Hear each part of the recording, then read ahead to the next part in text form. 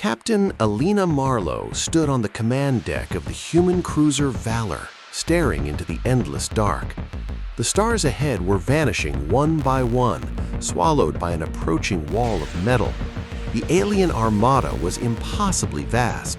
Tens of thousands of midnight black vessels encircling the colony world of Horizon Reach like predators tightening a noose. "Captain," said Lieutenant Aaron VGA from the comms console, "we're receiving a message from the enemy flagship." Elena didn't flinch. The Drox Dominion never attacked without first offering their version of mercy, surrender or annihilation. "Put it through," she ordered. The hollow screen shimmered to life, revealing the interior of a monstrous dreadnought that looked less like a ship and more like a living creature. At its center sat Warlord Artor, his obsidian scales glistening beneath harsh light. Ritual scars marked his body, each one, legend said, a civilization crushed beneath his armies. "Human commander," he hissed, his voice disturbingly fluent. "I am Warlord Artor of the Dominion's 3rd Conquest Legion. Relinquish this colony. Your people will be relocated to service worlds where they may strengthen our empire." Elena's jaw tightened. She'd read the reports. Those service worlds were death camps disguised as mercy. "I cannot accept those terms." Artor's golden eyes narrowed. "Do you grasp your position? I command over 40,000 warships and 1 million soldiers. You command what, 300? 287, murmured her tactical officer. Elena didn't blink. "Then you've brought me 1,000,000 targets," she said coldly. The warlord froze. "What are you implying, human?" "You'll find out soon enough." She ended the transmission. The bridge fell silent. Her officers exchanged uneasy glances. "Captain," VGA whispered, "did you just declare war on the entire Dominion Legion?" "I declared nothing," Elena replied. "I simply told the truth."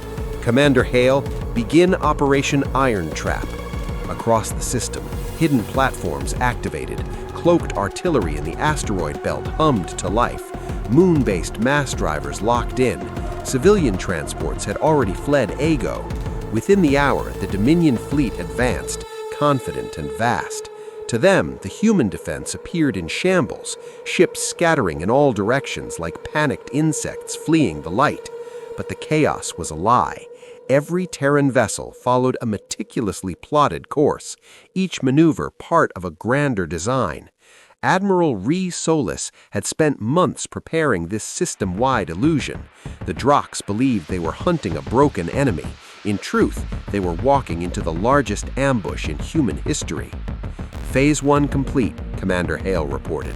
"The enemy is dividing into pursuit groups." Rhys leaned back in her chair aboard the Resolute. "Excellent. Signal Captain Idris. Let's begin." Half a system away, Captain Idris Cowrey's destroyer darted through a labyrinth of asteroids, pursued by 50 Dominion cruisers. "They're closing fast," said his helmsman. "Good," Idris replied. "Let them." The cruisers charged after him, unaware that every asteroid around them concealed automated weapon platforms, dormant until this very moment. "Now," Idris whispered. The void erupted in fire. Missiles, railgun bursts, and plasma arcs tore through the Dominion formation. The alien ships tried to escape, colliding with each other in the tight corridors. Within minutes, the entire pursuit group was reduced to drifting wreckage. Across the system, the same pattern repeated. Human ships led their pursuers into minefields hidden within gas giants, into drone swarms disguised as debris, into ambushes buried inside icy moons. What had begun as a confident assault was collapsing into chaos. From his dreadnought, High Marshal Zarth watched in disbelief as his tactical displays flickered red with loss after loss. "How are they doing this?" he roared. "High Marshal," his aide stammered. "The humans constructed hidden defense grids, mines, satellites, drones everywhere. Their ships are baiting us into traps." "Impossible," Zarth bellowed. "They had no time to build such fortifications." But they had. Months of silent preparation had turned the system itself into a weapon. "Order all units to regroup," Zarth commanded. but his fleets were scattered across millions of kilometers, isolated, damaged, and unable to reform.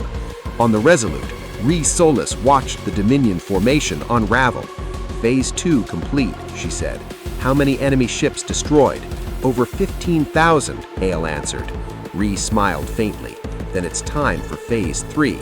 Human vessels stopped fleeing. They turned, swift, surgical, and merciless. Each ship became the center of its own battlefield, coordinating with orbital defenses and autonomous weapons.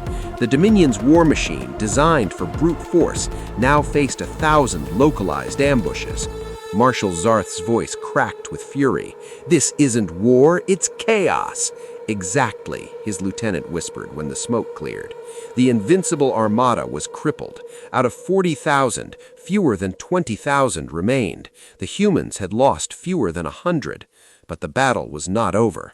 Zarth, desperate to salvage his pride, ordered a ground invasion. 600,000 soldiers descended upon the colony of Hearth's Refuge. They expected frightened civilians. They found silence, empty streets, dark windows, no resistance at first. Then, as the first patrol entered the city square, the buildings came alive. Gunfire erupted from rooftops, from windows, from beneath the ground itself. The colonists had prepared for this moment for months. Farmers became snipers, teachers became demolitionists. Every street corner was a fortress. Within minutes, entire alien platoons were annihilated. Similar ambushes unfolded across the planet.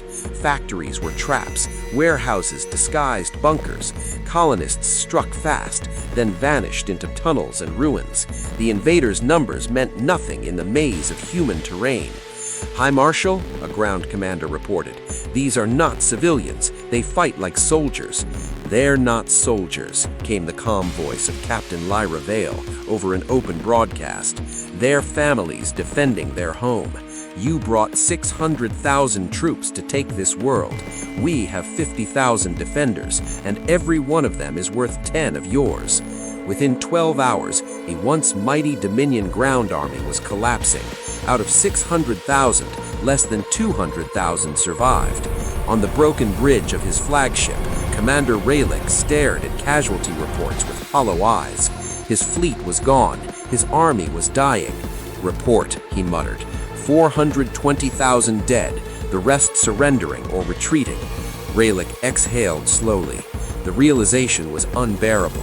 1,000,000 soldiers reduced to wreckage and ash, all by a species the Dominion had dismissed as insignificant. A transmission cut through the static. The human commander appeared on screen, calm, composed, eyes like tempered steel.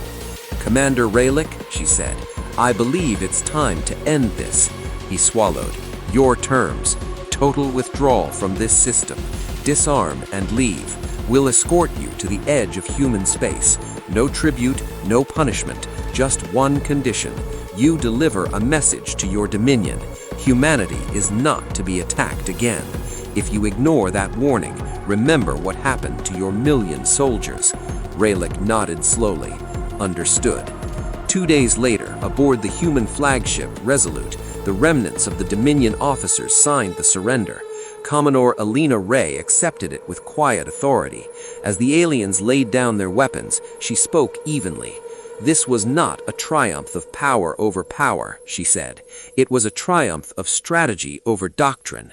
You brought overwhelming strength, and we turned it into your greatest weakness. You expected predictable war. We gave you something new."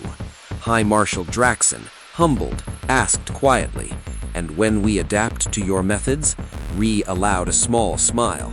"Then we'll invent new ones. Humanity never fights the same battle twice." When the last Dominion ship departed, the tale of Ember's Haven spread across the galaxy. Some civilizations admired humanity's defiance, others feared it. All learned a simple truth: humans were few, but never outmatched.